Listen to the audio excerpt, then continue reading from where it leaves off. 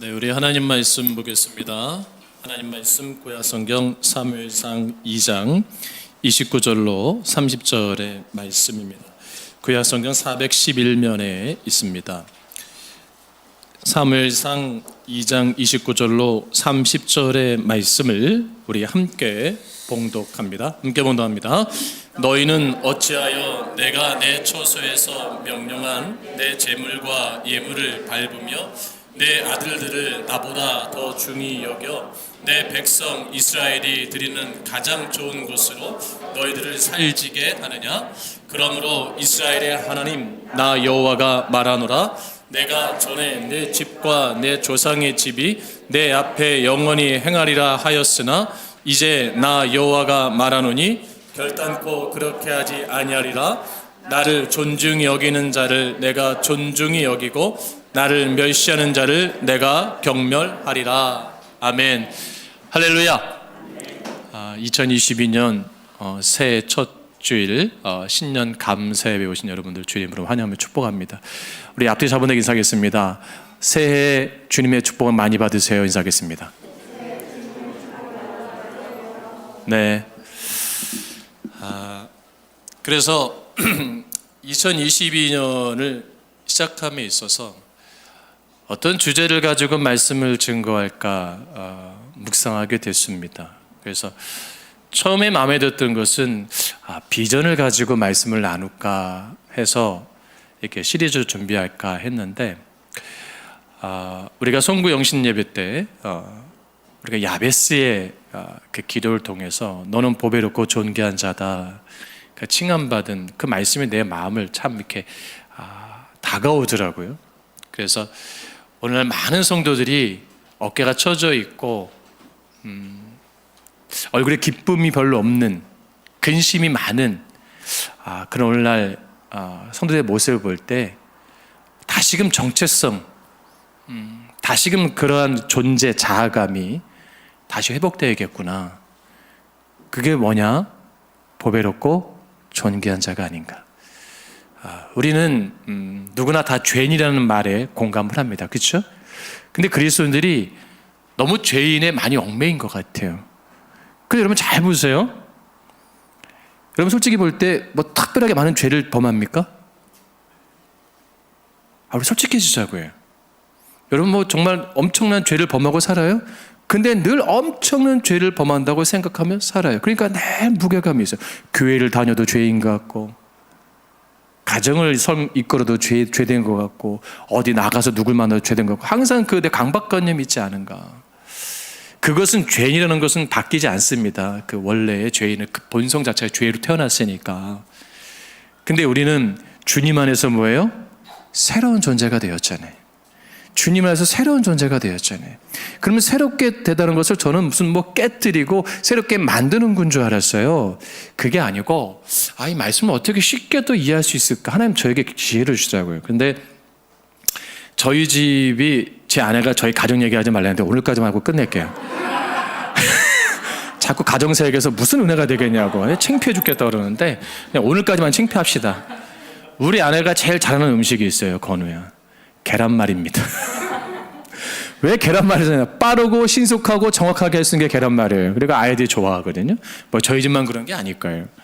계란을 생각할 때 생계란 말고요. 찐계란 생각해 보세요. 근데 찐계란을 딱 놓을 때 표면은 어때요? 계란의 고유적 껍데기 색깔을 그대로 유지하고 있어요. 아무리 삶았다고 해도 그 계란은 원상태의 모습을 유지하고 있어요. 근데 그 계란 껍질을 깨면 어떤 상태가 돼요? 하얀 아주 잘 익은 그런 계란이 등장합니다. 새롭게 된다는 것은 무엇을 바꿔서 새롭게 고친다는 게 아니고 원래의 내적인 상태를 뭐예요? 발견하게 하는구나. 여러분 제가 옛날에 1,000원짜리인가 2,000원짜리 즉석복권이 있었어요. 바로 긁어서 하는 거 이렇게 해서 뭐 그림 4개 맞추면 되는 거. 근데 표면에는 회 색깔로 덮여서 안 보이는데 동전이나 쇠붙이로 살살 문지면 내용물이 드러나요. 그렇죠? 이게 새롭게 되는 거구나. 우리는 죄로 나를 뭐예요? 덮여 있어요. 죄된 생각으로 내 생각과 내 삶이 덧칠해져 있어요.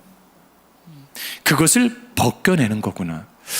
제가 터키에 성지순례 갔을 때 그 소피아 성당을 갔었는데 모스크 사원 바로 앞이거든요.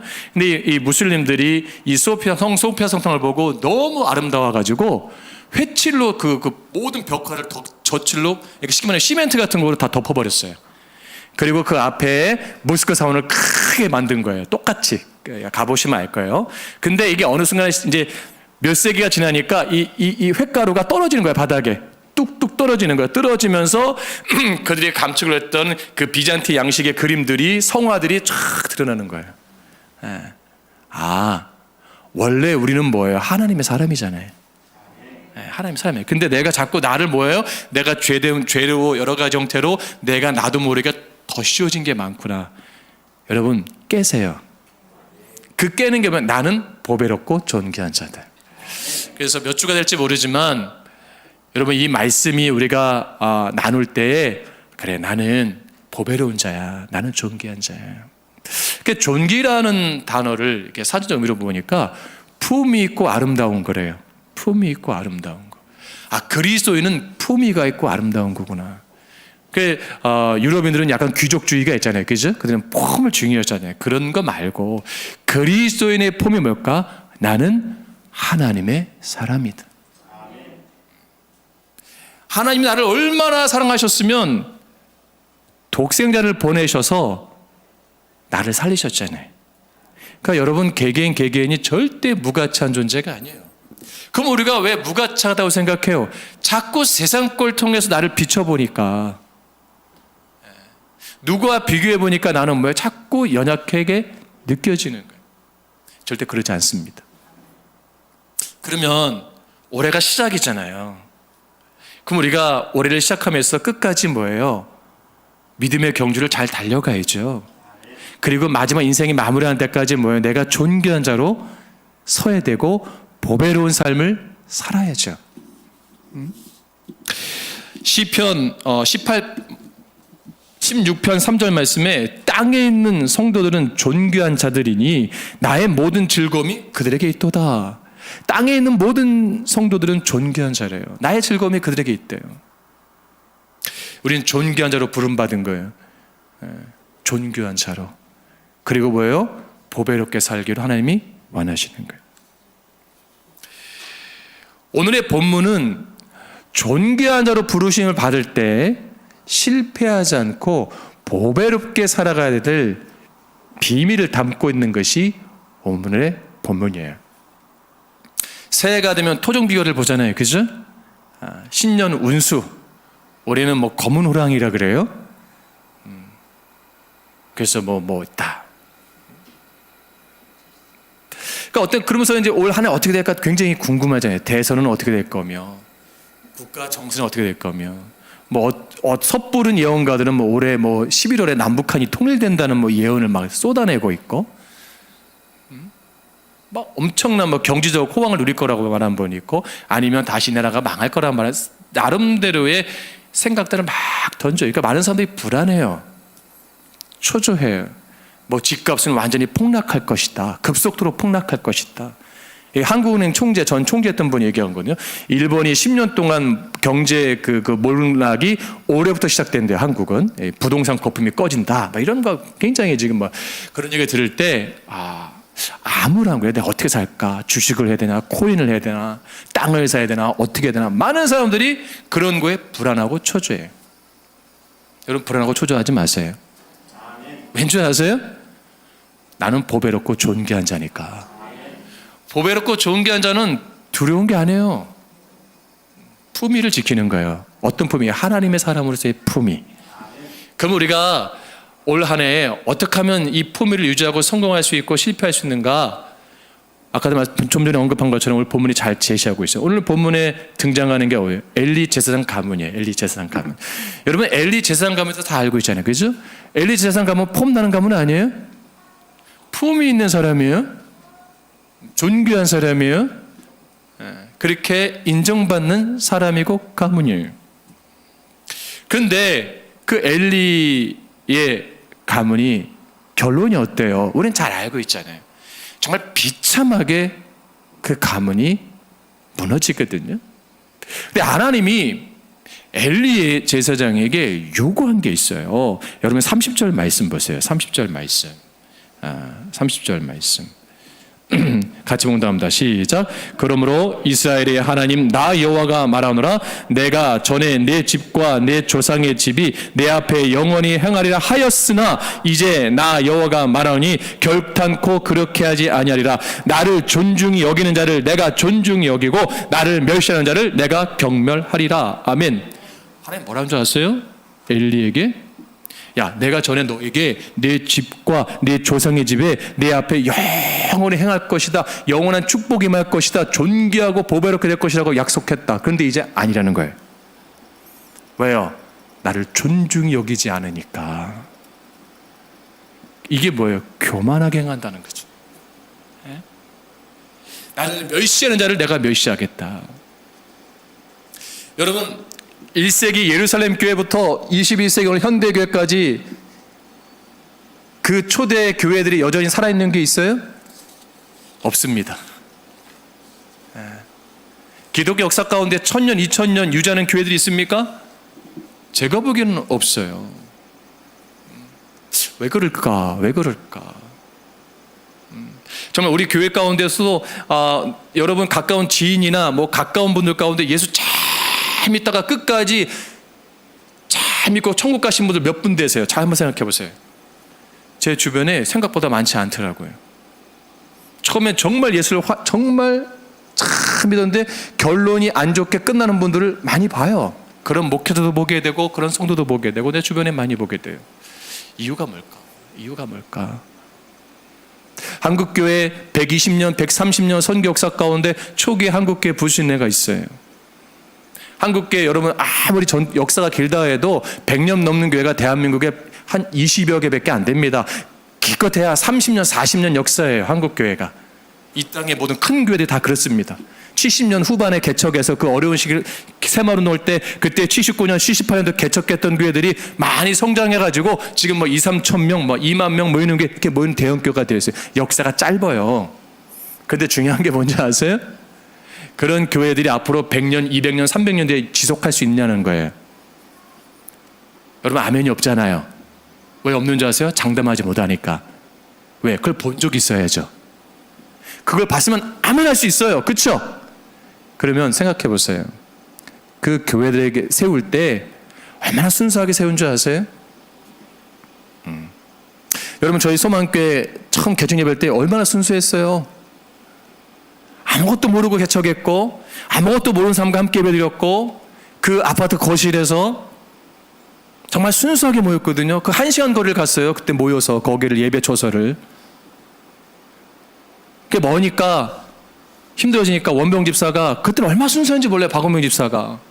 저희 집 거실에서 하시죠. 순수하게 예배 드렸어요. 그 마음. 그 하나님 뭐예요? 복을 주셨어요. 예배 초서를 허락하시고 확장의 복을 주시고 그래도 이렇게 여러분과 함께 모여서 예배 드릴 수 있는 공간을 허락해 주셨어요. 근데 이 축복이 지속돼야 돼? 안 돼야 돼요? 돼야죠. 근데 문제는 뭔지 아세요? 우리가 확장되고 확장될수록 하나님의 언약을 임하면 임할수록 축복을 경험하면 경험할수록 어떻게 돼요? 겸손하고 온유해야 되는데 낮아져야 되는데 하나님을 멸시해요. 하나님을 존중하지 않아요. 이게 어디서 드러나는 줄 아세요? 하나님 있는 게 불편한 시대가 되는 거예요. 하나님이 원하는 예배가 아닌 거예요. 하나님이 기뻐하시는 말씀과 강단이 아닌 거예요. 기도가 아닌 거예요. 찬양이 아닌 거예요. 그것이 하나님을 무시하는 거예요. 내 마음대로, 내 생각대로, 내 기분대로 예배를 섬기는 거예요. 제가 일전에 부교육자 할 때 어느 집사님이 교회를 안 나오시더라고요. 주일학교 교사인데. 집사님 왜 안 하세요? 기분 나빠서 안 한대. 인간적으로 충분히 이해가 됩니다. 인간적으로 그분이 기분 나쁠 만한 상황이 100% 일어난 거예요. 교회를 교사도 안 하고 이제 교회를 나가겠대. 그때 제가 이 말씀을 조금 더 깊이 깨닫다면 조금 더 좋은 권면했을 텐데 그냥 기도만 해드렸어요. 지금 제가 얼마나 후회되는지 몰라요. 여러분, 감정으로 예수 믿지 마세요. 아멘. 기본으로 예수 믿지 마세요. 우리가 충동적이고 시각적인 거에 여러분 마음 뺏기지 마세요. 오늘 우리가 잘 아는 대로 제사장 엘리는 존귀하게 부르심을 받았어요. 그런데 뭐 끝까지 존귀한 자로 남아야죠. 그리고 가문이 뭐 이어져 가야죠. 하나님 그렇게 약속하셨잖아요. 그런데 뭐예요? 그 가문이 무너져 버려요. 여러분, 우리가 착각 가운데 뭔지 아세요? 내가 예수 믿으면 다 복 받았다고 생각을 해요. 그렇죠? 잘 될 거라고 생각해요. 내 가문도 잘 되고 내 자녀도 잘 될 거다. 그건 우리 착각입니다. 그럼 우리가 어떻게 해요? 긴장해야 돼요. 긴장해야 실수하지 않는 거예요. 어느 순간에 익숙해진 예배, 어느 순간에 마음을 놓아버리고 어느 순간에 그냥 적당하게 타협하는 우리의 신앙이 있으면 여러분 쪼이셔야 돼. 그런 것을 쪼이지 않고 그냥 느슨하게 하면요, 엘리 가문과 똑같아지는 거예요. 방종한 삶을 사는 거예요. 방탕한 삶을 사는 거예요. 여러분, 하나님을 존중하지 않고 하나님을 멸시한 그 교회, 그런 사업장, 그런 나라 다 무너졌습니다. 엘리 가문 다 무너졌습니다. 여러분, 4장 17절 말씀 보세요. 4장 17절. 이게 정말 중요한 거예요. 하나님을 멸시하고 하나님을 존중하지 않으면 어떤 결과가 있는 줄 아세요? 여러분, 겁들려는 게 아니에요. 여러분, 여기서 우리가 답을 얻어야 되는 거예요. 4장 17절 말씀 시작. 소식을 전하는 자가 대답하여 이르되 이스라엘이 블레셋 사람들 앞에서 도망하였고 백성 중에는 큰 살육이 있었고 당신의 두 아들 홈니와 비느하스도 죽임을 당하였고 하나님의 괴한은 빼앗겼도다. 아멘. 이게 엘리가 나이가 많으시거든요. 그러니까 그의 유일한 낙은 뭐냐면 햇볕 쬐는 거예요. 의자 앉아가지고 흔들레자 같은 데 앉아가지고 낮에 성막 앞에 나와가지고 햇볕을 쬐면서 이렇게 하나님께 그냥 기도하는 거예요. 한숨 잤다가 뜨뜻한 주님 묵상하고 회의하는 거예요. 그러니까 자기 이제 그 이스라엘이 전쟁에 나갔으니까 기도하고 있겠죠. 그러니까 이제 전쟁 중에 한 사람이 와서 보고하는 거예요. 엘리 제사장님 큰일 났습니다. 뭐냐? 지금 블레셋에 우리가 완전히 패배를 당했고 많은 사람이 죽었고, 그래, 부들부들 떨리는 거예요. 의자가 떨리는 거예요. 그래. 근데 그 말을 해야 되나 말나 고민하는 거예요. 뭐냐? 또 뭐 없어? 놀라지 마세요. 당신이 가장 사랑하고 아끼는 홈리와 비나스도 죽임을 당했습니다. 그때 그가 그 충격에 넘어져요. 의자에서 일어나려다가, 그리고 넘어져서 바닥에 머리부터 목이 부러져서 즉사를 합니다.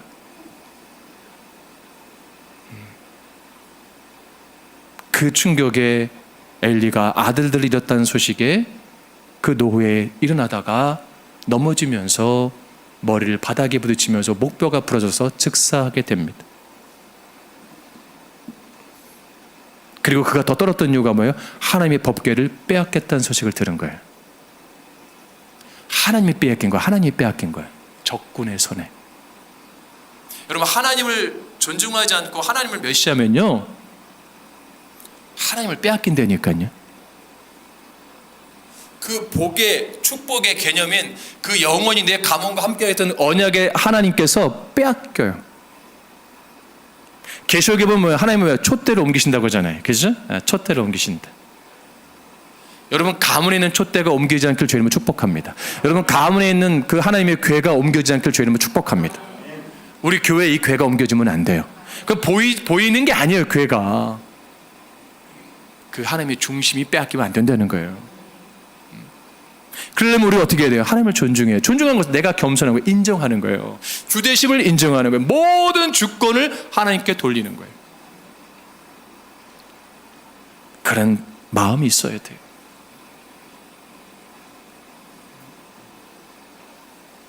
여러분, 4장 18절 말씀 보세요. 4장 18절. 여러분, 제가 그냥 하는 말씀이 아니잖아요. 4장 18절 말씀에 시작. 하나님의 괴를 말할 때 엘리가 자기 의자 위에서 뒤로 넘어져 문 곁에서 목이 부러져 죽었으니 나이가 많고 비대한 까닭이라. 그가 이스라엘의 사사가 된 지 40년이었더라. 아멘. 정확하게 기록하고 있잖아요.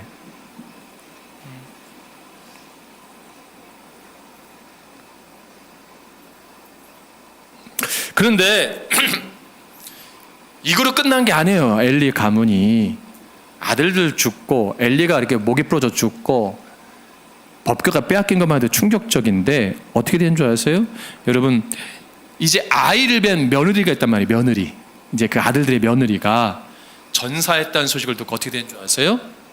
19절 20절 말씀 보면 아이를 낳고 죽고 말아요.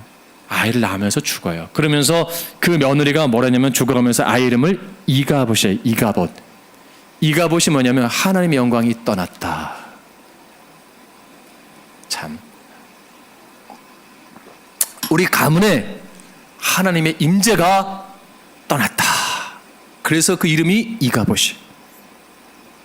한때 존귀한 가정으로 부름받고 하나님의 사랑을 받았고 하나님의 영광을 타했던 그 가정이, 가문이 졸지에 뭐예요? 하나님의 영광이 떠나버린, 버림받은 비참한 가문이 되고 말았어요. 제가 존경하는 목사님들 가운데 정말 멋지게, 화려하게, 정말 은혜롭게 성역을 잘 하신 분들 많습니다. 근데 말년에 비참하게 그 성역이 깨진 분들을 많이 봐요.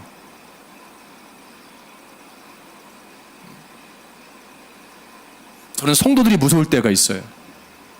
우리 교회가 그러면 안 된다고 기도해야겠지만 제가 더 잘못하면 그럴 수도 있을 것 같아요. 얼마나 그 목사님이 30년 40년 목회를 잘하셨는데 은퇴할 때 당회에서 뭐 어떻게 그러는지 아세요? 반경 45km 당회 허락 없이는 교회 출입 금지. 그분이 그 교회를 가고 싶어도 못 갑니다. 당회 허락 없이는. 그걸 아예 기록을 해버렸어요. 얼마나 초라하고 비참한지 모릅니다.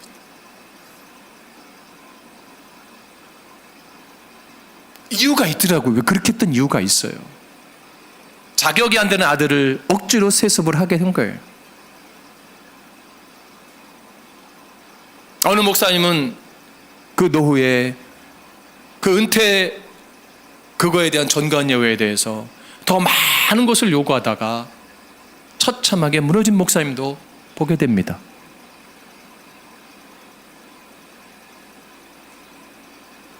여러분, 하나님을 존중하는 건 간단한 거예요. 욕심 안 내는 거예요. 여러분, 신앙도 너무 욕심으로 하지 마세요. 나를 드러내는 거잖아요. 여러분, 헌금도 너무 욕심으로 하지 마세요. 기도도 너무 욕심으로 하지 마세요. 그러니까 하나님 존중하는 게 아니고요, 내 의가 드러나길 원하는 거예요. 하나님을 존중하면 겸손한 거예요. 할렐루야. 그리고 나를 낮추는 거예요. 그리고 아까 말씀한 대로 내가 하나님의 누가 되지 않는가 항상 긴장하는 거예요.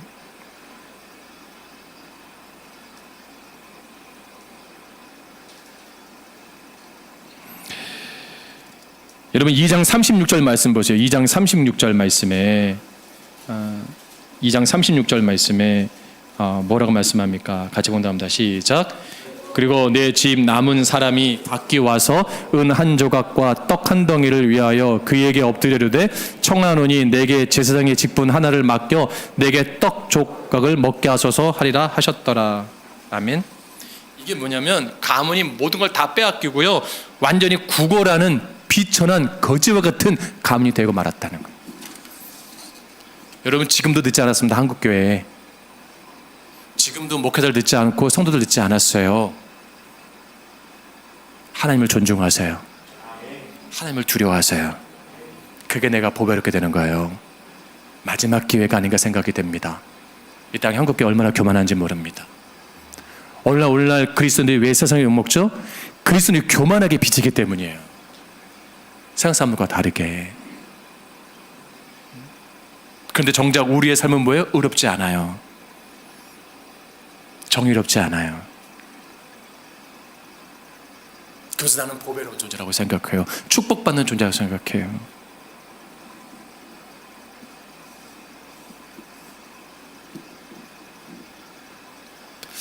여러분, 엘리와 엘리 가문이 왜 그렇게 목락하게 됐습니까?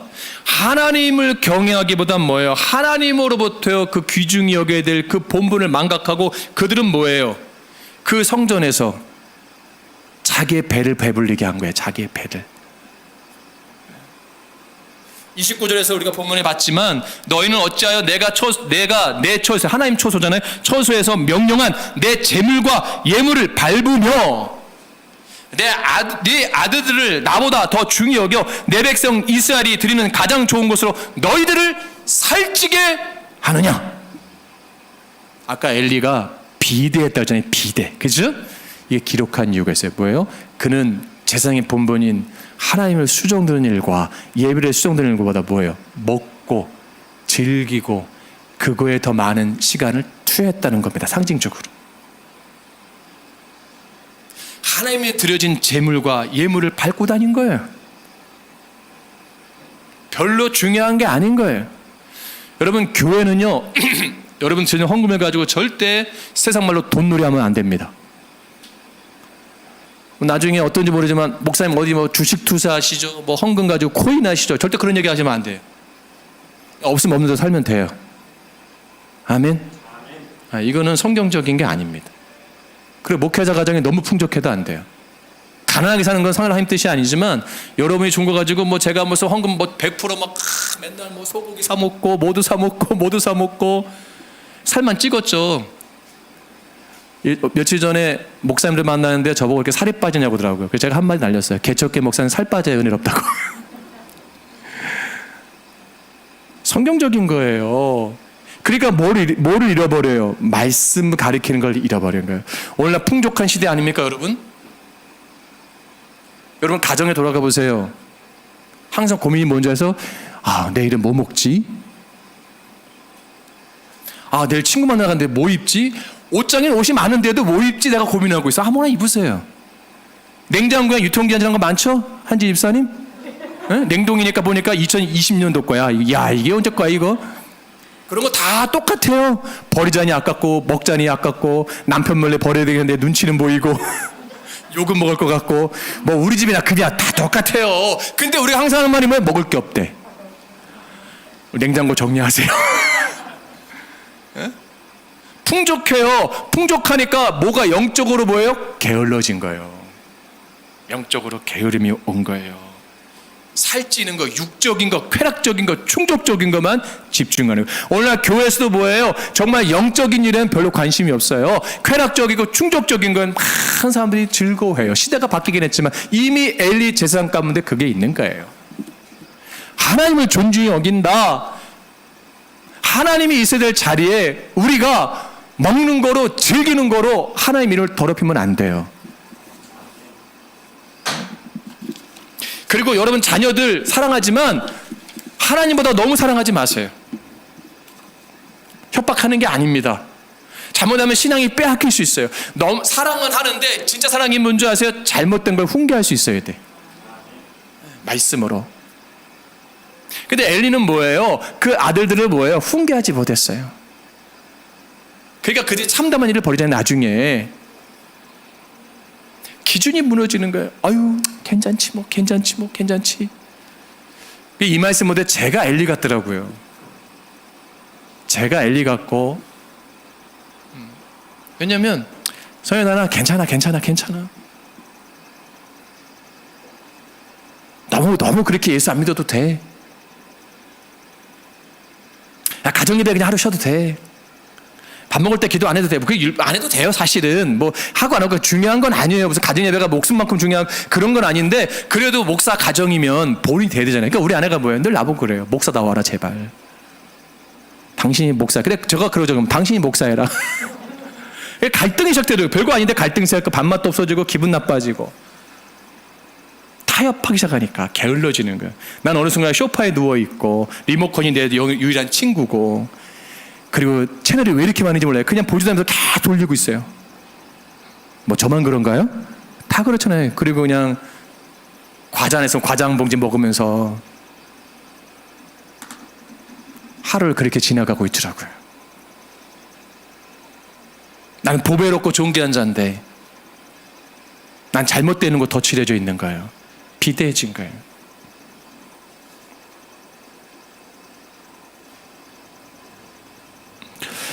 (12절) 말씀 보니까 엘리의 아들들은 행실이 나빠서 여호와를 알지 못했다라고 했어요. 여호와를 알지 못했다. 여기서 알다는 것은 체험적으로 안다는 말인데 오늘날 우리 자녀들이 하나님을 알아야 됩니다.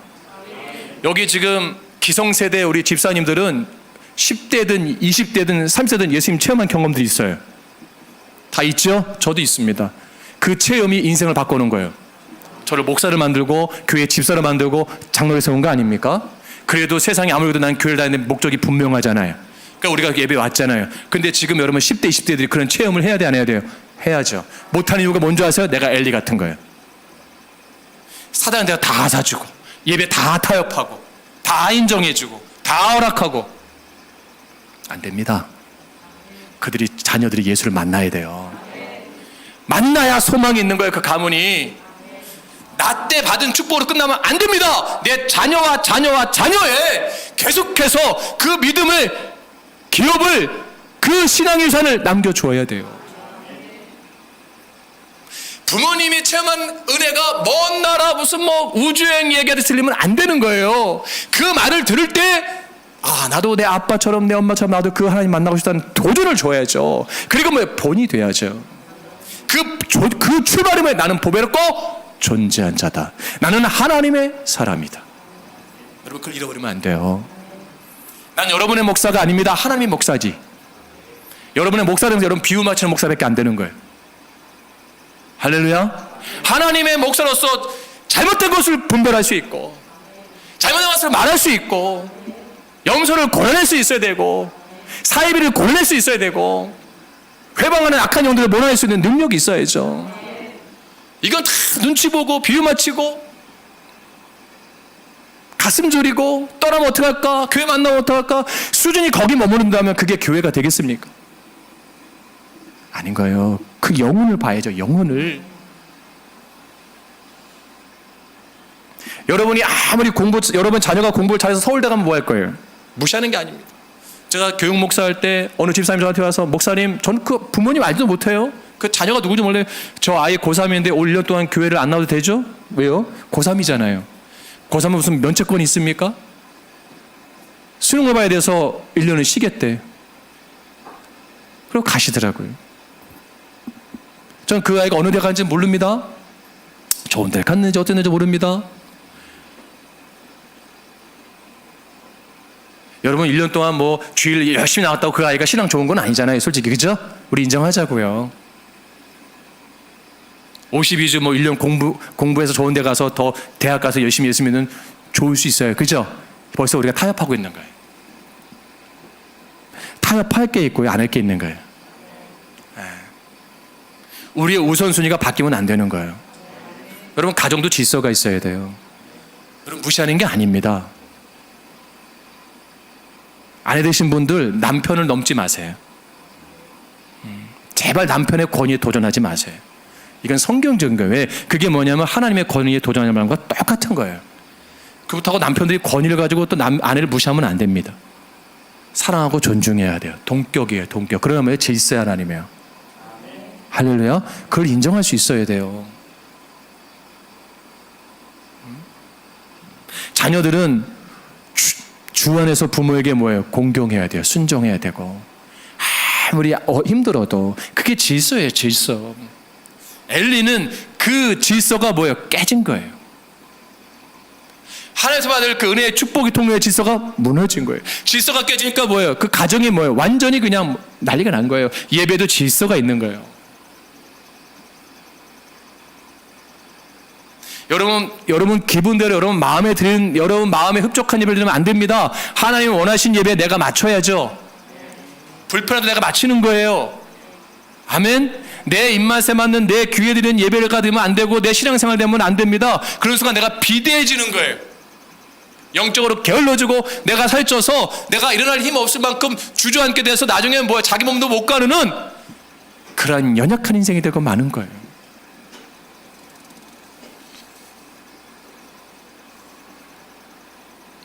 전 여러분들이 올해 2022년도에 여러분 청년 때에 학생 때에 아니면 군대에 있을 때든 그 만났던 예수가 다시 회복되기를 주님으로 축복합니다. 아무리 코로나 길어도 이건 거부할 수 없는 거예요. 그걸 붙잡으면 내가 사는 거예요. 그걸 회복하면 내가 다시 살아나는 거예요. 소망이 생기는 거예요. 왜? 그때는 뭐예요? 나는 다시 원리치로 가는 거예요. 그렇지. 나는 그런 연약한 자가 아니었지. 나는 하나님의 사람이었지. 오늘날 하나님을 존중하는 시대가 아닙니다. 제가 칼럼에도 썼지만 여러분 이 책을 사서 보시면 참 좋을 것 같아요. 2055년이라는 책이 있는데 도킨슨 같은 사람은 대놓고 뭐라지 하나님에 대해서 만들어진 신이래. 만들어진 신. 그러니까 하나님 없으니까 나태를 합법화해야 되고 남자끼리 결혼하고 여자끼리 결혼하고 남자 둘에 여자 하나 결혼해도 인권이 된다는 거예요. 지금 그런 일들이 일어나고 있어요. 여자 둘에 남자 하나가 결혼해도 된대요. 어떻게 생각하세요? 좋으세요? 이해가 안 되잖아요. 근데 앞으로 지금 저기 서준이 서류는 이해가 된다니까요. 똑바로 가르치지 않으면, 할렐루야. 가르치지 않으면 세상의 풍요와 문화 가운데 익숙해진다니까요. 그게 뭐가 잘못됐냐고 항변한다니까요. 왜? 하나님을 만나지 못하기 때문에. 그 예배가 소중한 거예요. 말씀이 소중하고, 그래서 은혜가 소중한 겁니다. 하나님이 없다는 무신론이 지배하잖아요. 과학이 발달합니다. 진화론이 발달합니다. 이성 만능주의에 빠져가지고 심리학적 무신론이 지배하고 있고, 사회적 무신론 마르크스 유물론이 지배하고 있고, 도덕적 무신론 니체 철학이 지배하고 있고, 인간학적 무신론 실존주의가 지배하고 있는 이 시대 가운데 여러분 우리가 어떻게 살 거예요? 그런 것들을 추방하셔야 됩니다. 내 마음속에서. 그거를 추방할 때 나는 보배롭고 존귀하게 되는 거예요. 하나님을 존중하는 거 간단한 겁니다. 내 안에 잘못된 허황된 것들을 버리시는 겁니다.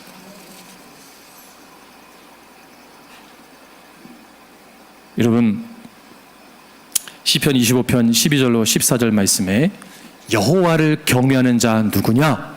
그가 택할 길을 그에게 가르치시리로다. 그의 영혼은 평안히 살고 그의 자손은 땅을 상속하리로다. 여호와의 친밀하심이 그를 경외하는 자들에게 있으며 그의 언약을 그들에게 보이시리로다. 우리에게 선택을 하라는 거예요. 여호와의 길을 가겠느냐, 세상의 길을 가겠느냐. 엘리는 선택받은 존재였잖아요.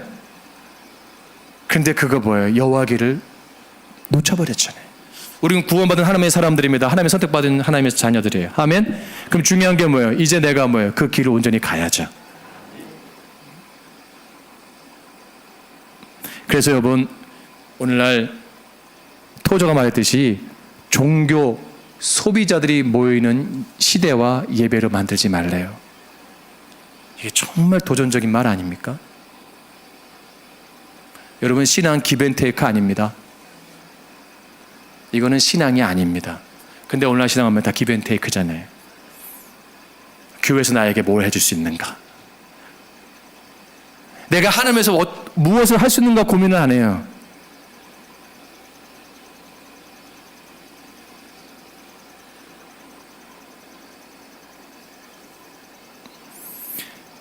예상하지 못한 코로나가 장기화되고 있지만 얼마 안 가서 이것도 종식이 됩니다. 치료자가 나오고. 전 여러분들에게 질문합니다. 여러분 너무 공포감 가운데 두려워하지 마세요. 할렐루야. 너무 세상의 소리에 귀를 기울이지 마세요. 더 중요한 게 뭔지 아세요? 내가 지금 하나님의 삶에서 온전한 삶을 살고 있는가, 신앙을 유지하고 있는가가 중요한 거예요. 헛된 속임수, 헛된 예배, 헛된 가치관에 마음 빼앗기지 마세요. 그리고 전 여러분들이 정말 여러분의 가정들이 여러분 때 예수 믿는 거 끝나는 가문 되지 않길 바랍니다. 내 자녀가 더 잘 믿고 내 자녀 손손이 더 잘 되는 그 축복을 보길 주님으로 축복합니다. 그래서 뭐예요? 나는 어떤 자예요? 보배롭고 존귀한 자다.